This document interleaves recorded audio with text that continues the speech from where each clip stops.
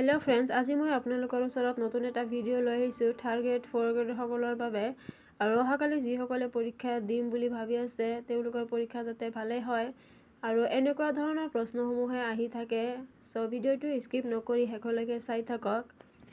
মই আৰু এটা কথা, মই অপশ্যন নিদিয়াকৈ অকল এনসাৰখিনিহে আপোনালোকৰ লগত শ্বেয়াৰ কৰোঁ। সো যাতে ভিডিঅ'টো দীঘলীয়া নহয় সেইকাৰণে মই অপশ্যনকেইটা নিলিখোঁ।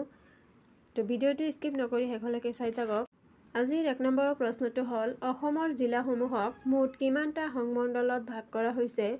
ইয়াৰ এনসাৰ হ'ব 5টা। 2 নম্বৰৰ প্ৰশ্ন অসমৰ কোনখন জিলাত শিক্ষিতৰ হাৰ আটাইতকৈ বেছি? কামৰূপ মহানগৰ। কামৰূপ মহানগৰত আটাইতকৈ শিক্ষিত হাৰৰ সংখ্যাটো বেছি। 3 নম্বৰৰ প্ৰশ্ন নিজৰাৰ কবি বুলি কোনজন অসমীয়া সাহিত্যিকক জনা যায়? শৈলধৰ ৰাজখোৱাক জনা যায়। 4 নম্বৰৰ প্ৰশ্ন অৰুণোদয় আলোচনীখন ক'ৰ পৰা প্ৰকাশিত হৈছিল? শিৱসাগৰ। শিৱসাগৰৰ পৰা অৰুণোদয় আলোচনীখন প্ৰকাশিত হৈছিল।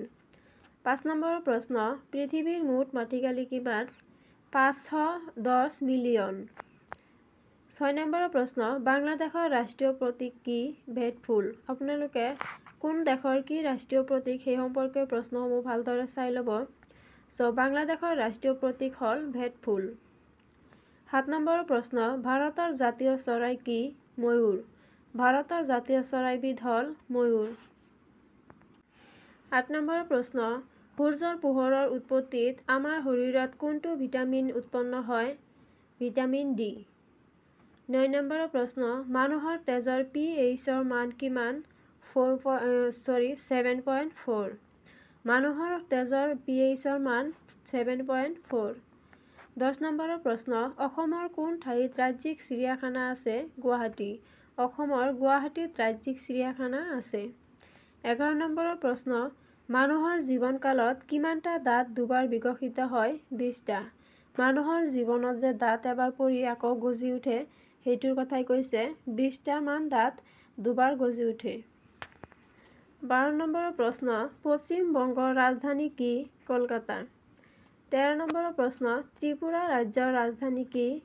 আগৰতলা। 14 নম্বৰ কোনটো পদাৰ্থই মানৱ শৰীৰত ইন্ধন হিচাপে কাম কৰে? কাৰ্বহাইড্ৰেট। কাৰ্বহাইড্ৰেটে মানৱ শৰীৰত ইন্ধন হিচাপে কাম কৰে। 15 নম্বৰৰ প্ৰশ্ন কোন ভিটামিনত কোৱাল্টৰ পৰিমাণ পোৱা যায়? ভিটামিন B12ত কোৱাল্টৰ পৰিমাণ পোৱা যায়।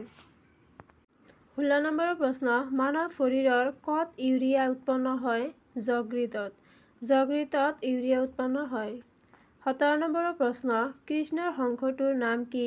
পাঞ্চজন্য। 18 নম্বৰৰ প্ৰশ্ন কিমান চনত 5টা আঞ্চলিক গ্ৰাম্য বেংক স্থাপন কৰা হৈছিল? 1975 চনত। 1975 চনত 5টা আঞ্চলিক গ্ৰাম্য বেংক স্থাপন কৰা হৈছিল।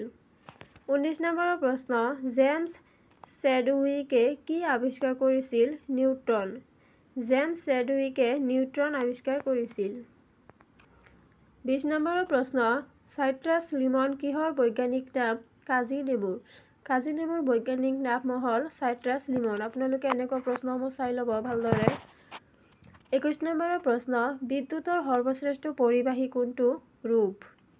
22 নম্বৰৰ প্ৰশ্ন পোহৰৰ গতি কোনে জুখিছিল? ৰোমৰে পোহৰৰ গতি জুখিছিল। 23 নম্বৰৰ প্ৰশ্ন জে থমছনে কি আৱিষ্কাৰ কৰিছিল? জে থমছনে ইলেক্ট্ৰন আৱিষ্কাৰ কৰিছিল। অপশ্যন দিয়া আছিল, মই অপশ্যনকেইটা লিখা নাই, এনসাৰখিনি লিখি দিছোঁ আপোনালোকৰ লগত। 24 নম্বৰৰ প্ৰশ্ন চীনা পৰিব্ৰাজক হিউৱেন চাং কিমান খ্ৰীষ্টাব্দত কামৰূপ ভ্ৰমণ কৰিছিল? ইয়াৰ এনসাৰ হ'ব 643 খ্ৰীষ্টাব্দত চীনা পৰিব্ৰাজক হিউৱেন চাঙে কামৰূপলৈ ভ্ৰমণ কৰিছিল। 25 নম্বৰৰ প্ৰশ্ন কাৰ ৰাজত্বকালত আলাৰয়ীৰ যুদ্ধ সংঘটিত হৈছিল? চক্ৰধ্বজ সিংহ। চক্ৰধ্বজ সিংহৰ ৰাজত্বকালত আলাৰয়ীৰ যুদ্ধ সংঘটিত হৈছিল। 26 নম্বৰৰ প্ৰশ্ন পানী বিশুদ্ধ কৰাৰ বাবে কোনটো ৰাসায়নিক পদাৰ্থ ব্যৱহাৰ কৰা হয়? ক্লৰিন। ক্লৰিন ব্যৱহাৰ কৰা হয়। 27 নম্বৰৰ প্ৰশ্ন সাধাৰণতে বৈদ্যুতিক বাল্বত কোনটো গেছ থাকে? নাইট্ৰজেন। নাইট্ৰজেন গেছ থাকে বৈদ্যুতিক বাল্বত। 28 নম্বৰৰ প্ৰশ্ন ৰূপৰ পাৰমাণৱিক সংখ্যা কিমান? ইয়াৰ এনসাৰ হ'ব 47। 29 নম্বৰৰ প্ৰশ্ন অসমৰ জাতীয় উৎসৱ কি বিহু এইটো সকলোৱে জানে 30 নম্বৰৰ প্ৰশ্ন পেপচিন কি পেপচিন হ'ল এবিধ এনজাইমছ 31 নম্বৰৰ প্ৰশ্ন হালুক সংশ্লেষণত কিহৰ আটাইতকৈ বেছি শোষণ হয় ইয়াৰ এনসাৰ হ'ব কাৰ্বন ডাই অক্সাইড